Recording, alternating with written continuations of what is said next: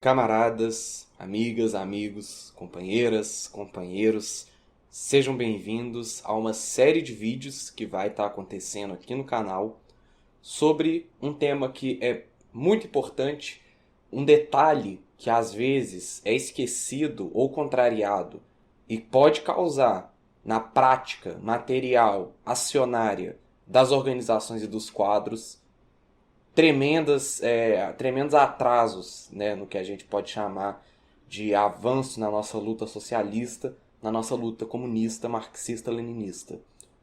E é exatamente sobre esse ponto que a gente precisa falar. E para vocês verem como é complicado, vão ser 4 vídeos sobre isso, que é o método em Marx, o método em Lenin, marxismo-leninismo é um método aplicável ou não? Bom, para a gente responder isso, primeiro é importante a gente esclarecer alguns conceitos e esclarecer também alguns pontos teóricos importantes no marxismo e no leninismo. E além disso, é preciso a gente entender o que é um método, né? Porque falar método, falar que é um método aplicável, falar sobre método não quer dizer necessariamente que o sujeito saiba o que é um método per se, né? E é nisso que a gente vai focar.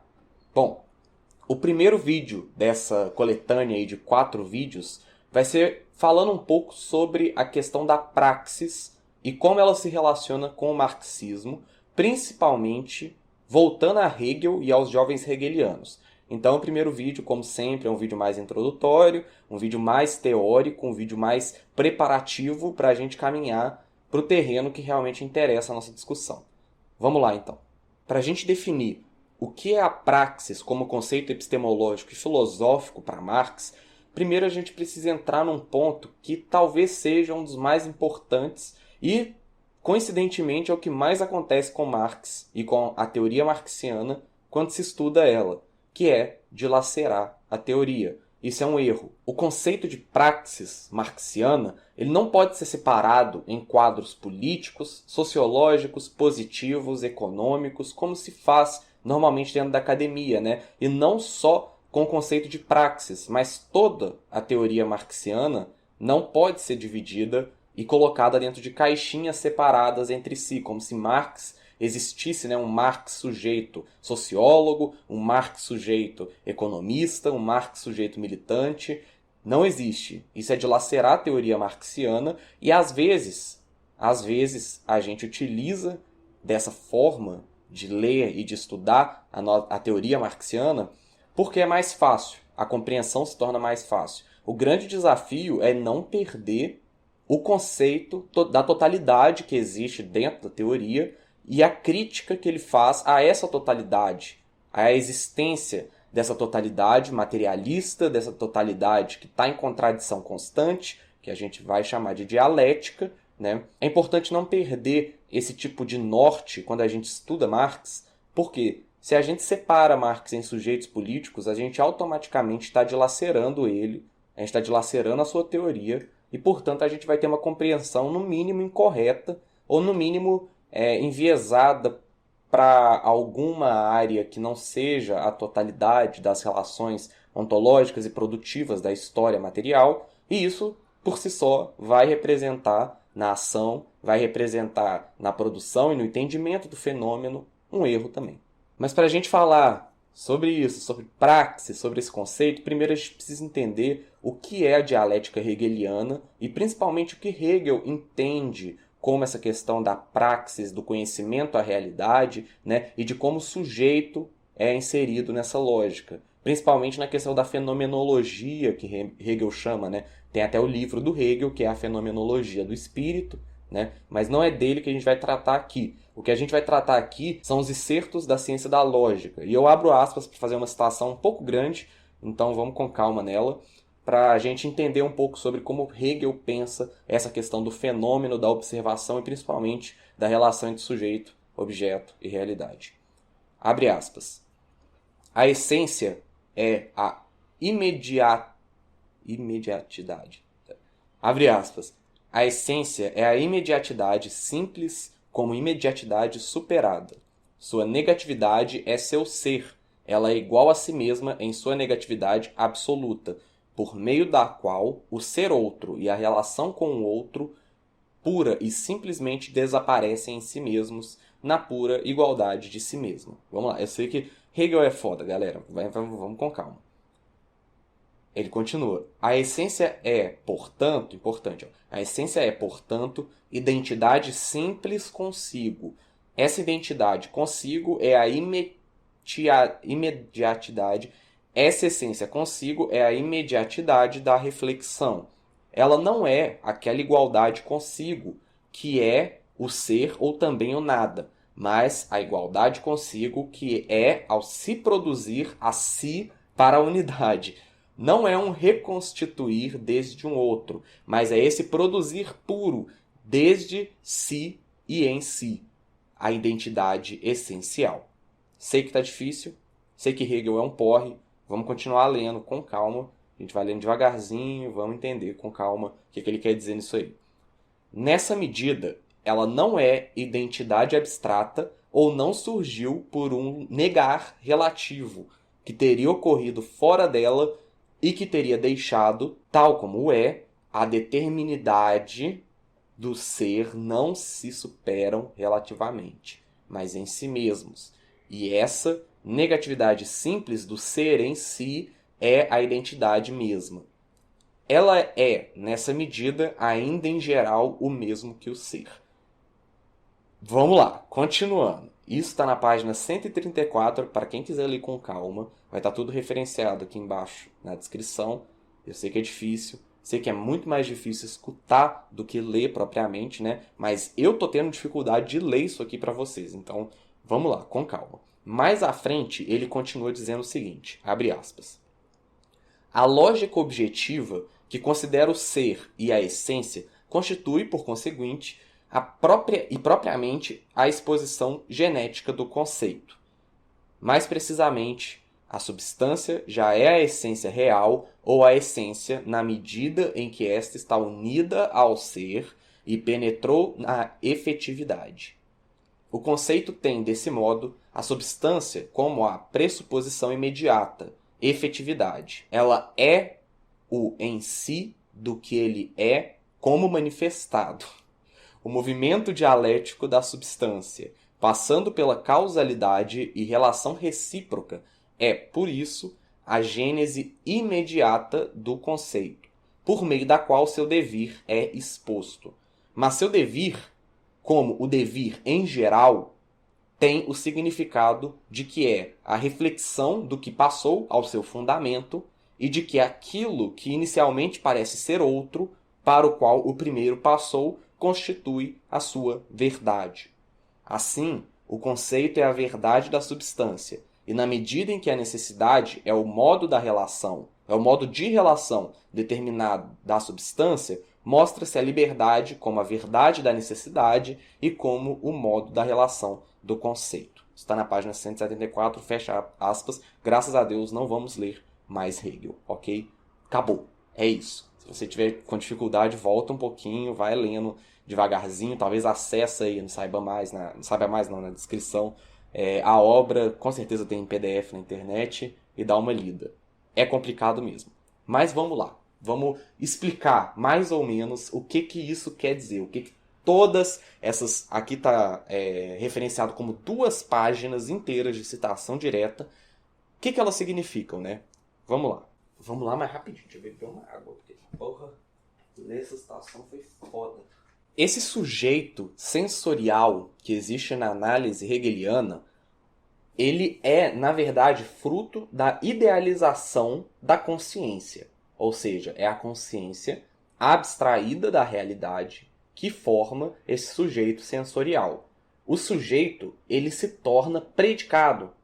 Como Marx diz, e como Chazin completa depois em outros textos, esse sujeito se torna predicado na percepção da realidade. Por isso que a gente consagra, né, a filosofia hegeliana como uma filosofia idealista. Esse é o principal ponto. O principal ponto é que o sujeito é abstraído da realidade material, da realidade efetiva, e o noumena, né, o devir das coisas, ele está inserido primeiro na lógica da abstração da consciência, uma consciência própria, uma essência de ser, né? Isso fica muito claro, principalmente em algumas passagens que eu não vou ler, pode ficar tranquilo, que eu não vou ler da fenomenologia do espírito de Hegel, quando ele diz mais ou menos que a objetificação dessa realidade, ela vem anterior à observação.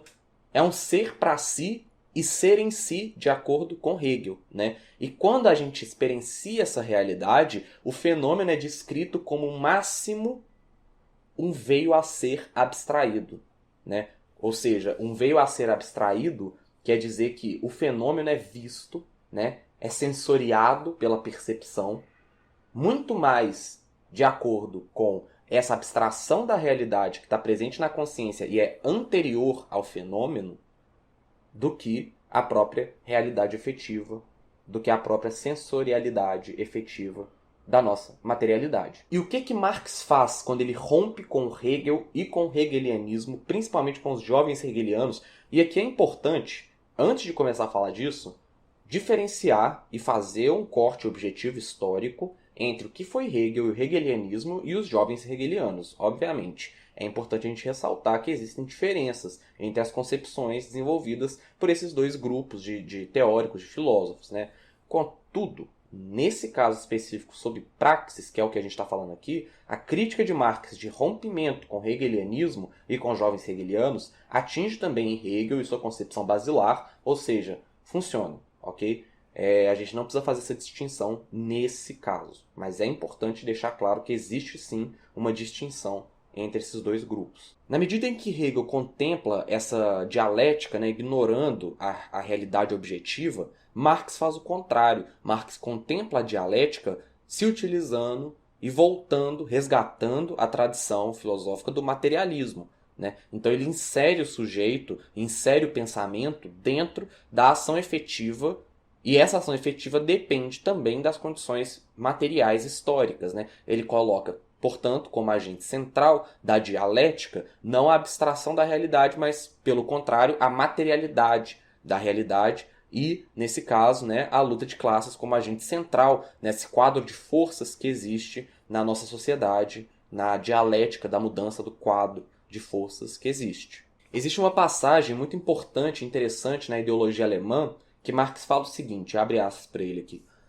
Para os jovens hegelianos, as representações, os pensamentos, os conceitos, em uma palavra, a produção da consciência transformada por eles em autônoma, são considerados os verdadeiros grilhões da humanidade, da mesma forma que os velhos hegelianos viam neles os elos verdadeiros da sociedade humana.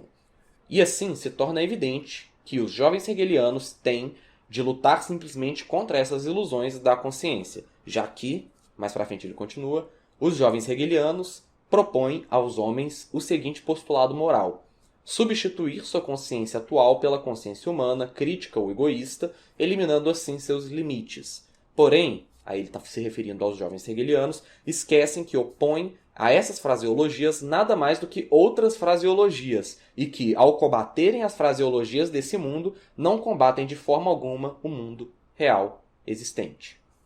Não ocorreu a nenhum desses filósofos indagar qual era a ligação entre a filosofia alemã e a realidade alemã, a ligação entre a sua crítica e o seu próprio meio material. Está na página 43 isso, fecha aspas. Para realizar essa crítica, esse rompimento que existe principalmente com o positivismo hegeliano e de Feuerbach, Marx vai até Feuerbach, volta a Hegel, critica os jovens hegelianos, critica as doutrinas dialéticas e as novas doutrinas que estão surgindo na filosofia alemã, critica Proudhon, ele vai lá em Proudhon, critica Proudhon, volta de novo, mas esse ponto específico de rompimento com o positivismo de Hegel, né, do hegelianismo, é um ponto de ruptura onde a gente tem que observar muito bem para delimitar o conceito de praxis em Marx. Isso acontece porque Hegel aponta que essa mudança efetiva, né, da realidade, ela depende de um protagonismo político, da atuação efetiva de uma consciência ética e de leis determinadas da essência absoluta, né, que Hegel crê muito nisso. E uma passagem que mostra o rompimento que Marx, né, e que a teoria marxiana tem com esse pensamento, né, da essência absoluta e do estado racional hegeliano, pode ser vista na Crítica da Filosofia do Direito de Hegel, que é um livro maravilhoso, né? Enfim, vai estar tudo aqui embaixo, se vocês quiserem dar uma lida depois, para quem não leu. E ele diz o seguinte, abre aspas, e essa citação talvez seja a mais importante desse vídeo. Abre aspas. O conteúdo concreto, a determinação real, aparece como formal. A forma inteiramente abstrata de determinação parece com o conteúdo concreto. A essência das determinações do Estado não consiste em que possam ser consideradas como determinações do Estado, mas sim determinações lógico-metafísicas em sua forma mais abstrata. O verdadeiro interesse não é a filosofia do direito, mas a lógica.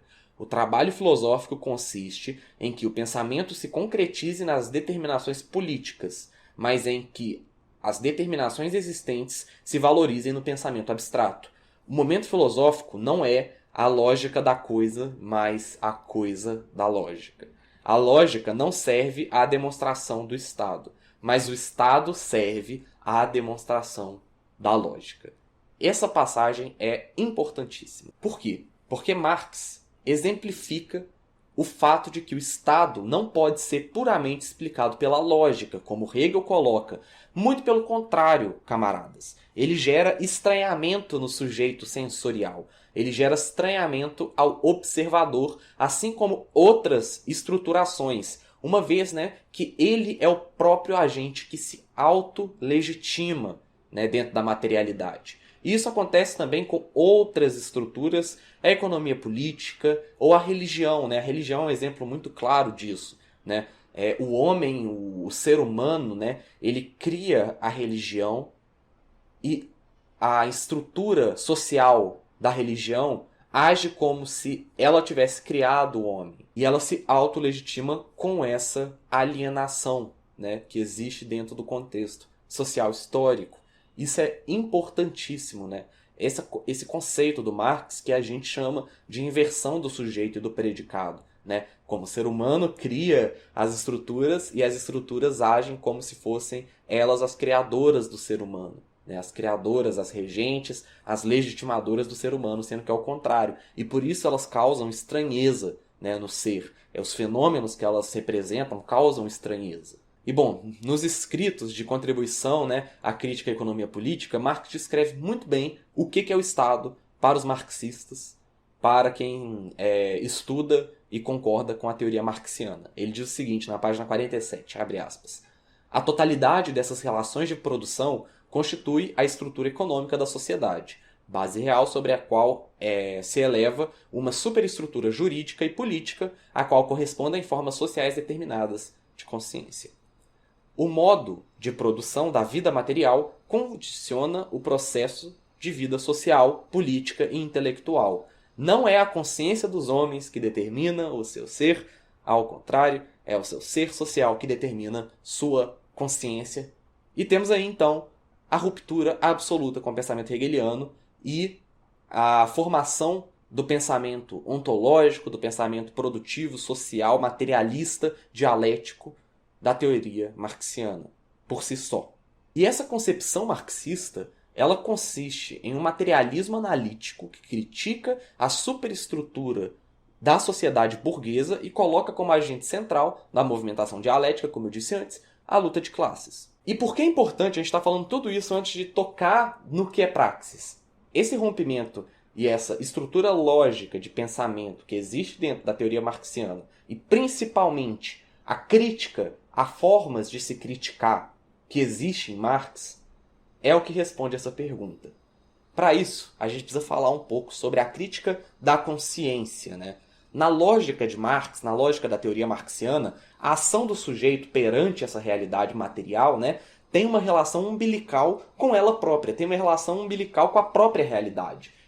Essa realidade efetiva material, essa realidade histórica que existe.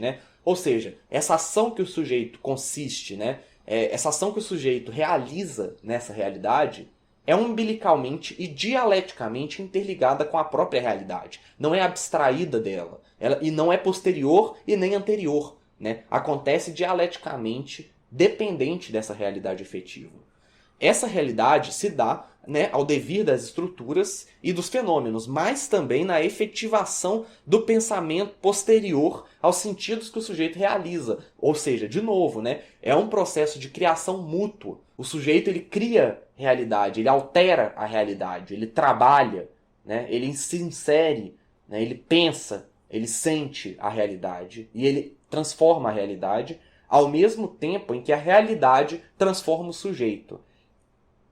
Essa forma dialética de entender a realidade que é muito importante para a teoria marxiana, né? E mais do que isso, a consciência do sujeito é possível apenas diante de uma análise imanente dessa realidade objetiva, né? Essa ação, né, que o sujeito realiza depois dessa análise imanente, né, ela depende da consciência e também é mutuamente dependente da ação. O que isso quer dizer? Tudo que existe dentro da percepção do fenômeno até a construção do pensamento e, portanto, a ação, né, esse ciclo, se é que a gente pode chamar assim, né, que existe entre o estranhamento, a percepção sensorial, o pensamento lógico, racional e a efetivação da ação, tudo isso é umbilicalmente, dialeticamente ligado com a realidade material que influi nesse ciclo e esse ciclo influi nessa realidade. A consciência, ela não cria o objeto real, ela apenas percebe o objeto real diante da sua efetividade. E, portanto, a ação o modifica. E pode parecer, camarada, já estamos chegando no final do vídeo, pode parecer que eu não falei nada sobre praxis, né? Pode parecer que eu nem toquei no assunto, mas não é porque eu não falei o nome, que eu não citei exatamente o que praxis é. E praxis é justamente a interdependência entre esse sujeito abstraído, a consciência, o pensamento, né? A realidade material, o que se efetiva, o que se mostra, o que se percebe, para análise imanente e para a ação, né? A impossibilidade de desligar o objeto e o fenômeno de sua materialidade e a ação sendo fruto dessa realidade e ao mesmo tempo causa do seu entendimento é o que consiste basicamente a praxis marxiana.